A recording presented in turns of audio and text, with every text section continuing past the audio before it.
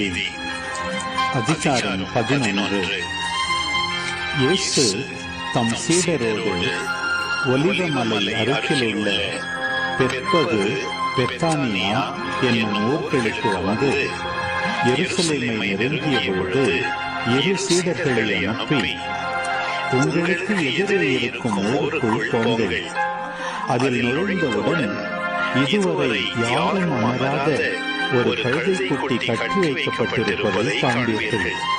அதை அவிழ்த்துக் கொண்டு வாருங்கள்.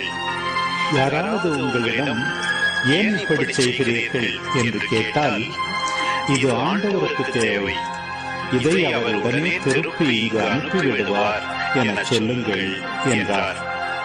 அவர்கள் சென்று ஒரு வீட்டு வாயிலுக்கு வெளியே தெருவில் ஒரு கழுதை குட்டியை கட்டி வைத்திருப்பதை கண்டு அதை அவிழ்த்துக் கொண்டிருக்கையில் அங்கே நின்று கொண்டிருந்த சிலர் அவர்களிடம், என்ன செய்கிறீர்கள்?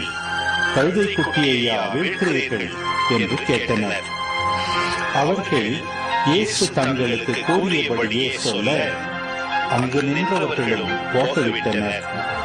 பிறகு அக்கழுதை குட்டியை இயேசுவிடம் கொண்டு வந்து அதன் மேல் தங்கள் மேலுடைகளை போட அவர் அதன் மீது அமர்ந்தார். பலர் தங்கள் மேலுடைகளையும் வேறு சில வயல்வெளிகளில் வெட்டிய இலை தழைகளையும் வழியில் பரப்பினர்.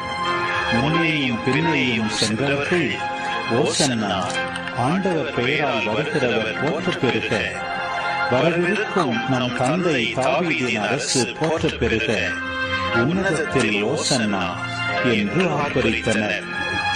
அவர் எருசலேமுக்குள் சென்று கோவிலில் நுழைந்தார். அவர் அனைத்தையும் சுற்றி பார்த்துவிட்டு ஏற்கனவே மாலை வேளையாக்கிவிட்டதால் 12 பெத்தானியாவுக்கு புறப்பட்டு சென்றார். மறுநாள் பெத்தானியாவை விட்டு அவர் திரும்பிய பொழுது இயேசுவுக்கு பசி உண்டாயிற்று. இலை அடர்ந்த ஒரு அத்தி மரத்தை அவர் தொலையில் இருந்து கண்டு அதில் ஏதாவது கிடைக்குமா என்று அதன் அருகில் சென்றார். சென்றபோது இலைகளை தவிர வேறு எதையும் அவர் காணவில்லை. ஏனெனில் அது அத்திப்பழ காலம் அல்ல. அவர் அதை பார்த்து, இனி உன் கனியை யாரும் உணவே கூடாது என்றார். அவருடைய சீடர்கள் இதை கேட்டுக் கொண்டிருந்தார்கள். அவர்கள் எருசலேமுக்கு வந்தார்கள். கோவிலுக்குள் சென்றதும் இயேசு அங்கு விற்பவர்களையும் வாங்குபவர்களையும் வெளியே துரத்த தொடங்கினார்.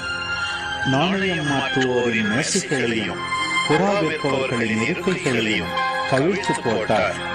கோவில் வழியாக எந்த பொருளையும் எடுத்துச் செல்ல அவர் விடவில்லை.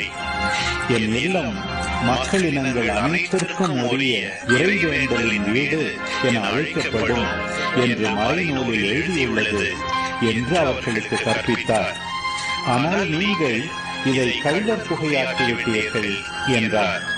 தலைமை குருக்களும் மறைநூல் அறிஞர்களும் இதை கேட்டு அவரை எப்படி ஒழித்துவிடலாம் என்று வழி தேடினார்கள். எனினும் கூட்டத்தினர் அனைவரும் அவரது போதனையில் ஆழ்ந்து வியந்திருந்ததால் அவர்கள் அவருக்கு அஞ்சினார்கள். மாலை வேளையானதும் இயேசுவும் சீடர்களும் நகரத்திலிருந்து வெளியேறினார்கள். காலையில் அவர்கள் அவ்வழியே சென்றபோது அந்த அத்திமரம் வேரோடு பட்டு போயிருந்ததை கண்டார்கள். அப்போது பேதுரு நடந்ததை நினைவு கூர்ந்து அவரை நோக்கி, ரபி, அதோ நீர் சபித்த அத்திமரம் பட்டு போயிற்று என்றார். அதற்கு இயேசு அவர்களை பார்த்து, கடவுள் மீது நம்பிக்கை கொள்ளுங்கள். உறுதியாக உங்களுக்கு சொல்கிறேன், எவராவது இந்த மலையை பார்த்து பெயர்ந்து கடலில் விழு என தம் உள்ளத்தில் ஐயம் எதுவுமின்றி நம்பிக்கையுடன் கூறினால் அவர் சொன்னவாறே நடக்கும். ஆகவே உங்களுக்கு சொல்கிறேன், நீங்கள் இறைவனிடம் வேண்டும் போது எவற்றையெல்லாம் கேட்பீர்களோ அவற்றை பெற்றுவிட்டீர்கள் என நம்புங்கள். நீங்கள் கேட்டபடியே நடக்கும். நீங்கள் வேண்டுதல் செய்ய நிற்கும் போது யார் மேலாவது நீங்கள் மனத்தாங்கல் கொண்டிருந்தால் மன்னித்து விடுங்கள். அப்போது உங்கள் விண்ணக தந்தையும் உங்கள் குற்றங்களை மன்னிப்பார் என்று கூறினார். அவர்கள் மீண்டும்